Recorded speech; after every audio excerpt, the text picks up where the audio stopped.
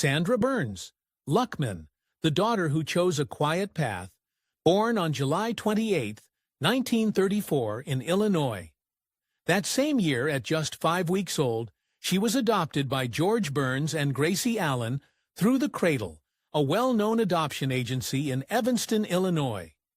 The following year, her brother Ronnie would join the family, also adopted through the Cradle.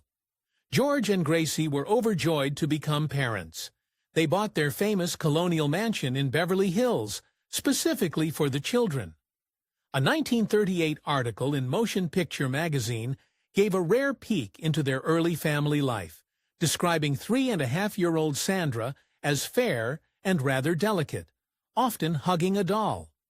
George recounted how he and Gracie anxiously stayed up all night, watching over 5-week-old Sandra, watching her breathe to make sure she was still living. As she grew up, Sandra was introduced to the family business. On January 1, 1953, she and Ronnie made their debut on their parents' hit TV show, The George Burns and Gracie Allen Show, playing themselves. But while Ronnie would go on to become a regular cast member, Sandra's path was different. It's noted that she declined becoming a regular member of the cast. This decision, made as a young woman, was an early sign of her preference for a life away from the constant glare of the cameras. She did appear in a few other episodes in minor, often uncredited roles as a receptionist, a customer, or even just a voice on the telephone. But it was clear that a life as a performer was not her calling. Sandra's adult life was centered on family and a career dedicated to helping others. She was married 3 times, first to young James Wilhoit, the third in 1953, with whom she had 2 daughters, Lori and Lisa. After their divorce in 1957, she married Rod Amato, a television director who had even directed an episode of her parents' show from 1959 to 1962. Her third and longest marriage was to Stephen A. Luckman, whom she wed in 1964. Stephen was the son of a prominent architect, and his career in real estate was a world away from Hollywood.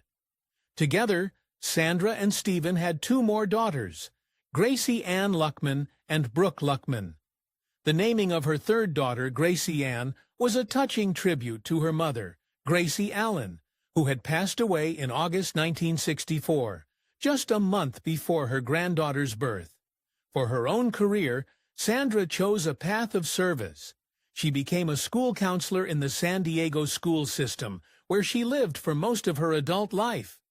This was a deliberate move away from Hollywood into a profession focused on guidance and making a direct impact on young people's lives. It allowed her to build an identity based on her own merits and contributions, separate from the Burns and Allen legacy. Sandra Burns Luckman passed away on January 19, 2018, in San Diego, at the age of 83. She had outlived her brother, Ronnie, and her famous parents, having successfully cultivated a life of quiet dignity and personal fulfillment, largely on her own terms. Number 1. Ronnie Burns, the son who stepped into the spotlight, then away. Born on July 9, 1935, was adopted by George and Gracie when he was just 11 weeks old. George Burns wrote in his memoir that Gracie specifically chose Ronnie because he was the most sickly baby up for adoption, feeling he needed their help. This act of compassion set the stage for a warm and loving upbringing. Like Sandra, Ronnie made his TV debut playing himself on the George Burns and Gracie Allen Show. But unlike his sister, Ronnie became a regular cast member in 1955. His character was a drama student at USC, who was often bemused by his parents' comedic antics. His good looks and presence were credited with helping the show attract younger viewers. This role, where he played a version of himself alongside his real-life parents, famously blurred the lines between reality and sitcom fiction. After Gracie Allen retired due to her health, Ronnie continued to appear with his father on The George Burns Show, 1958 to 1959.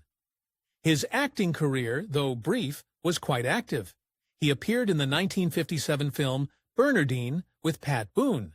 He starred in the NBC sitcom Happy, 1960 to 1961, alongside Yvonne Lime Feddersen.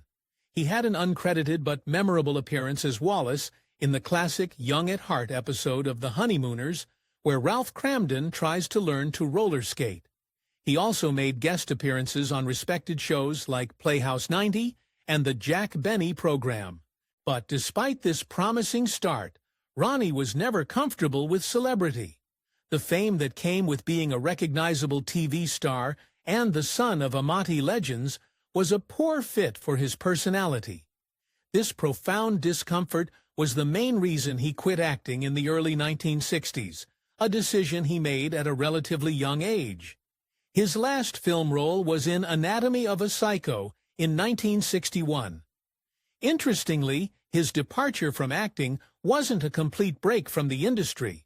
He briefly returned to work behind the scenes as a producer for his father's 1964 to 1965 sitcom, Wendy and Me.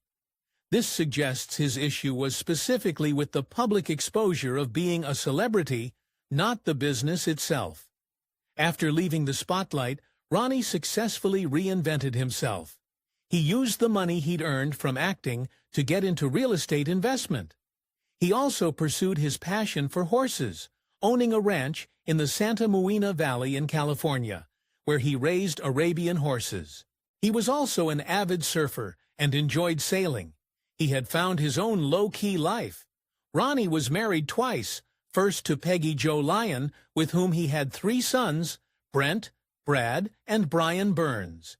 His second marriage was to Janice E. Powell, who was his wife until his death.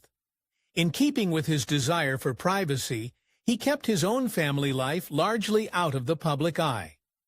Ronald John Burns passed away on November 14, 2007, at his home in Pacific Palisades, California, at the age of 72 from cancer. While his obituaries understandably focused on his role in his parents' beloved show, he is also remembered by fans for the genuine warmth and laughter he contributed to a golden era of television. What are your favorite memories of George Burns and Gracie Allen? Let us know in the comments below.